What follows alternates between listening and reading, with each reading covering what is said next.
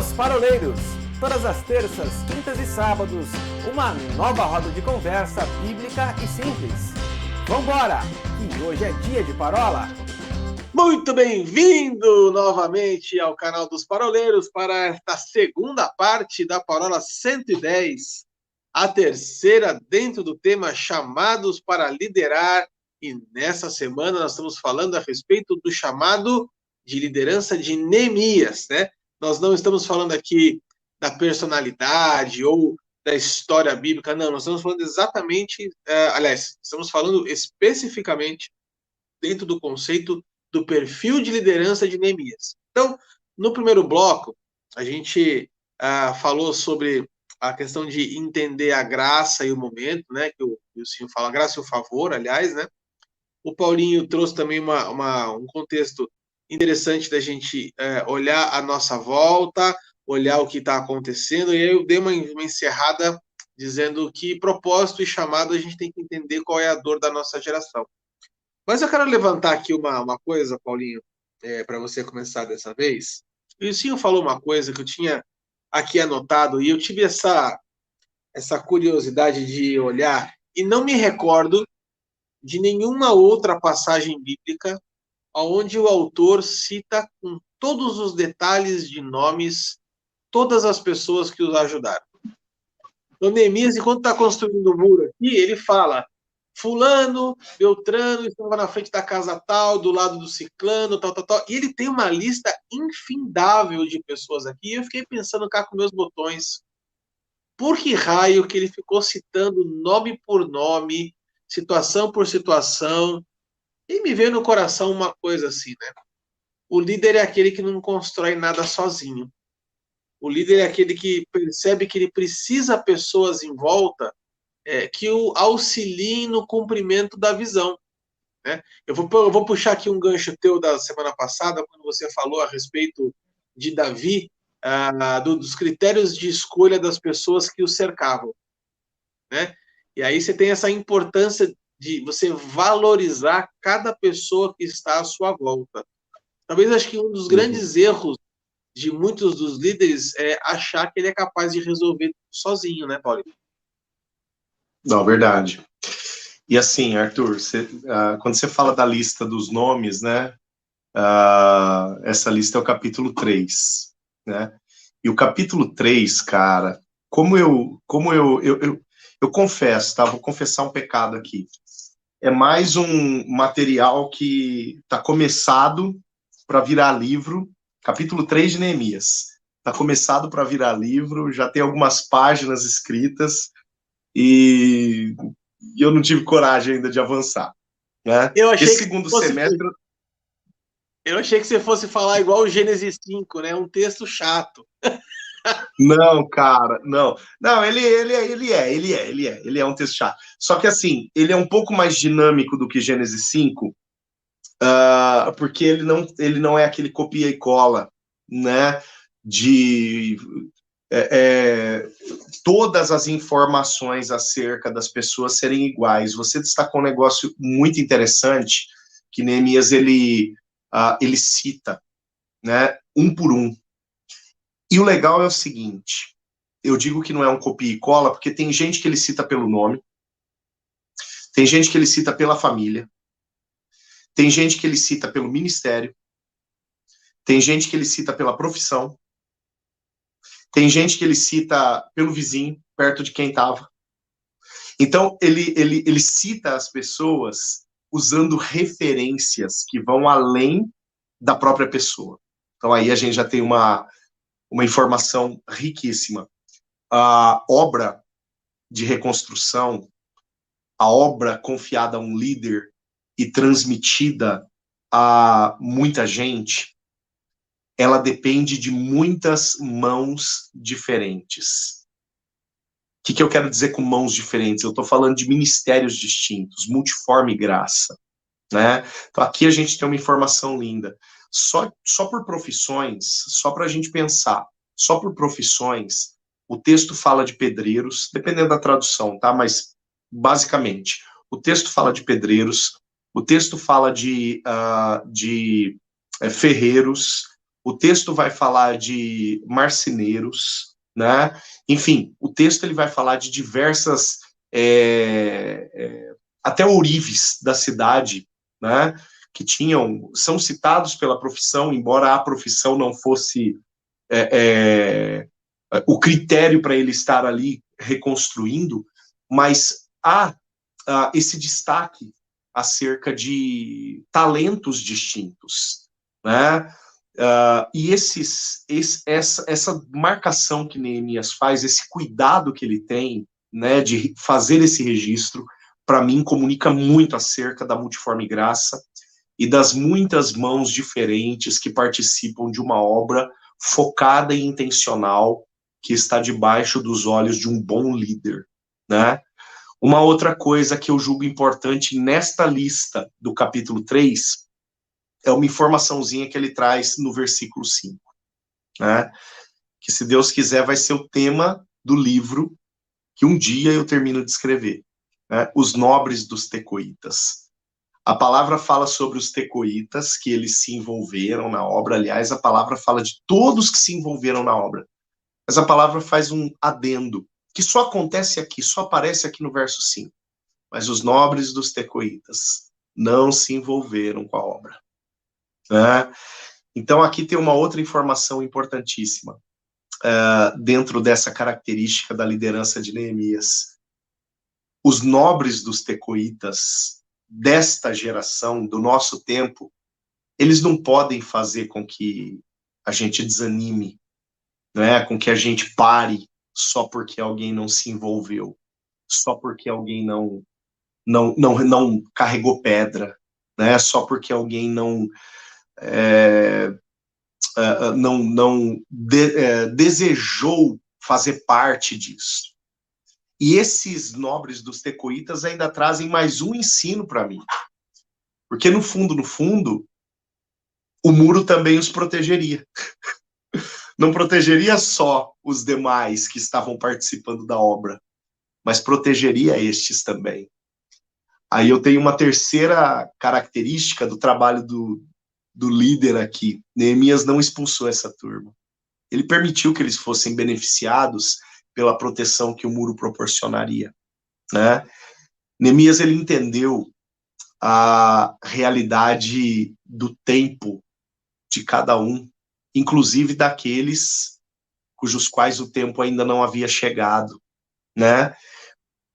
Para fortalecer a ideia aqui, eu preciso me apoiar em uma outra passagem, quando Ezequias, rei de Israel, ele está rei de Judá, melhor dizendo, perdão, ele está reconstruindo a vida espiritual de Judá, que vem de um reinado catastrófico do seu pai, no qual por anos a fio, a nação deixou de orar, a nação deixou de prestar culto ao Senhor, deixou de celebrar as festas solenes ordenadas pelo Senhor em Israel, enfim, né, abandonou o templo. E Ezequias, ele não apenas restaura o templo, né, o primeiro templo, o templo de Salomão, que agora aqui em Neemias está destruído, mas ele não apenas faz uma restauração no templo, né, isso anterior ao exílio babilônico, como também chama o povo para celebrar a Páscoa. E duas das tribos de Judá e Israel, duas das tribos dizem, nós não vamos. Efraim e Manassés. Elas dizem, a gente não vai participar. Né? E o Ezequias não se esmorece. Ele faz. Ele cumpre o propósito. Mesmo os seus carteiros que haviam ido entregar as correspondências de convite para a festa da Páscoa se tornando objeto de zombaria quando passaram pelo território de Efraim e de Manassés. Ele faz. E o que a palavra diz? Que o tempo de alguns de Efraim e Manassés chega durante a celebração da festa da Páscoa. E a festa da Páscoa é uma festa que regularmente dura 7 dias.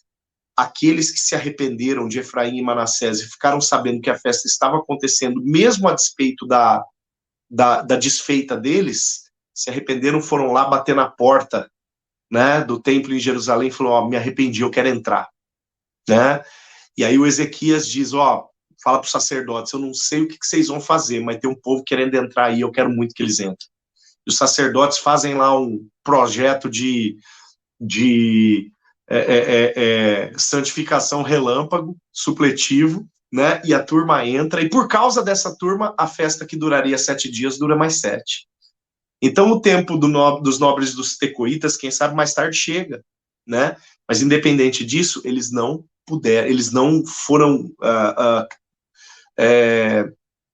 foram suficientes para parar a obra, né? Então tem muito ensino legal nessa lista que Neemias faz, Arthur. Refletindo aqui a respeito disso que o Paulinho está falando, é uma coisa não tão fácil de engolir, né? Porque não o que ele falou está errado, não é nada disso. Mas quando você começa a refletir a respeito, né, de pessoas que, dentro da sua liderança, elas se levantam contra, né? Ou elas se posicionam de uma forma a resistir. Porque, enquanto o Paulinho falava, eu me lembrei de quando Josué, atravessando para entrar na Terra Prometida, 2,5 tribos viraram e falaram o seguinte: eu não quero entrar, eu quero ficar desse lado da margem. E aí, na hora, Josué tem um discernimento e ele fala o seguinte: se esses caras ficarem aqui, ele vai matar o coração dos outros. E aí ele vai atrás dessas tribos e fala: tudo bem, não tem problema nenhum, vocês não querem entrar na Terra Prometida, não tem problema, mas vocês vão ter que batalhar junto, porque senão você vai esmorecer o coração do povo. E isso, para mim, me traz uma nota que muitas vezes dentro... E aí eu sei que a gente tem sempre o propósito de falar aqui, muito voltado na palavra, mas hoje eu estou entendendo que existe um fluir aqui que a gente pode trazer também para o mundo corporativo, algo mais prático, mas quando você olha muito na nossa vida profissional, principalmente, você vê as pessoas que caminham com você, mas elas vão virar para você e falar assim: Arthur, aqui não vai dar certo. Ô, Arthur, e você tem aquela visão, você tem aquela direção, você tem que ir para aquele lugar, e o cara está do teu lado, porque ele não discerne aquilo, e ele fala para você assim: não vai dar certo, não vamos fazer isso aí. E se você não tiver o teu coração centrado, e aí volta naquilo que o Paulinho falou, ou seja, Neemias, ele estava com o seu coração íntegro, reto, né? O coração dele estava dentro do coração de Deus. Ele ouvia a batida do coração de Deus. Ele sabia quais eram os planos e os projetos de Deus, né? E muitas vezes você tem pessoas ao seu lado que podem prejudicar a obra, né? Eu sei que nós vamos, em algum momento, falar sobre Sanbalá e Tobias, mas o que me chama a atenção nisso que o Paulinho falou é que isso eram pessoas de dentro. Eu não estou falando de pessoas de fora, né? Sanbalá e Tobias eram de fora. Aqui estou falando de dentro. Então, o Paulinho já está escrevendo o sermão dele de domingo, que ele vai falar sobre isso, certeza. Que ele vai falar: o problema não era Sanbalá e Tobias, mas era a pessoa que estava dentro. As pessoas de dentro é que podem minar a tua liderança. Então, cuidado com quem você está ouvindo e com quem você está caminhando, né? Eu sei que nós já falamos de Davi, mas uma pessoa que promoveu o ministério de Davi, a liderança de Davi, foi Jonatas, né? Então, ter o discernimento. Quem está caminhando conosco? Será que essa pessoa ela está amedrontando o meu coração? Será que ela não está colocando um espírito de medo, né, para me impedir de viver aquilo que Deus ele me chamou para fazer? E Neemias ele não recua. Ao contrário. Neemias, ele com a espada na baia, né? Ele está lá edificando o seu muro, querem tirá-lo da visão, né? E aí, dentro disso que o Paulinho falou, veja a luta que ele estava enfrentando. Ele tinha uma luta interna e uma luta externa. A interna era o próprio povo virando para ele falando assim: isso não vai dar certo, não. E os de fora falando: não vai subir mais. É só colocar uma raposinha dentro do muro e está tudo certo, né? Então, dentro de um aspecto de liderança, tenho para mim que o aspecto de você ter a longanimidade no serviço é algo importante. E a outra coisa também, aí tomando também o exemplo de Moisés. Moisés, ele podia ter sucumbido em várias ocasiões, mas sempre ele falava boca a boca com Deus, né? Porque ele sabia quem estava à frente dele, quem estava sobre ele, quem estava por trás dele, né? Uma vez estava conversando com um casal aqui de pastores aqui de Curitiba, há uns 10 anos atrás, assim que a gente chegou aqui, e eu perguntei para ele assim, eu falei, cara, quando é que eu sei que eu sou um líder? Quando é que eu sei que eu tenho eu vou usar um termo, um chamado pastoral, né? Mas como é que eu sei que eu tenho um chamado para liderança? E ele me respondeu assim, quando tiver gente te seguindo. Liderança sempre tem a ver com o grau de influência que você tem em volta. Isso significa que sempre haverá pessoas ao teu redor, algumas torcendo a favor, outras torcendo contra, mas fato é que é impossível você ser um líder sozinho, ou um líder isolado, ou um líder desconectado das pessoas que estão em volta. Eu quero fazer um gancho no bloco passado, Will, quando você disse a respeito do cheque em branco, né? Ficou na minha cabeça isso. Uma coisa que eu gosto muito da questão da liderança de Neemias é que ele era um cara que tinha uma estratégia. Porque ninguém chega diante de um rei, ninguém chega diante de alguém com uma oportunidade que passa pela frente e você não tem nada programado, nada preparado para aquilo, né? Tem que ter sempre um plano A, um plano B. Aí eu sei que talvez eu saia um pouco do contexto, mas a chave é a mesma. Parábola dos talentos vai dizer que o homem deu a um talento, o outro a 2, o outro a 3, o outro 5, conforme as suas habilidades. Ou seja, grandes projetos, grandes objetivos, grandes missões, grandes projetos de liderança são colocados nas mãos das pessoas que se preparam para receber isso. Então, muita gente sonha em ter grandes projetos, em ter grandes lideranças e se veem fazendo várias coisas, mas de fato e de verdade nunca se preparam para esse momento. Nunca se planejam para esse momento. Acham que tudo vai acontecer que nem Matrix, né? Que de um dia para o outro você espeta um negócio aqui na cabeça, faz um download, em 30 segundos você tem a Bíblia de cor, né, na sua cabeça. Ou você tem estratégias de gestão, tem estratégias de administração, enfim. Cara, essas coisas não vêm de um dia para o outro. Por mais que você possa, sim, ser inspirado por Deus, e enfim, você tenha uma graça que é diferente, né, que é como se fosse um bônus, né, um plus, mas de fato é que a gente precisa se preparar para esse momento. Precisa se estar habilitado para que quando a oportunidade chegue, você tenha um planejamento para isso. E aí eu quero fazer uma pausa nesse segundo bloco, que a gente já vai chegar no tempo certo, antes da gente tocar no assunto dos Sambaladas e Tobias, porque eu queria que a gente dedicasse o terceiro bloco inteirinho para isso, né? Então vamos fazer o seguinte, pausa para a água, pausa para o xixi, vamos dar aquele intervalinho de 2 dias, e sábado a gente vai estar de volta para concluir esta roda de parola 2D, olha que coisa fantástica, diretamente dos nossos estúdios, escritórios, né?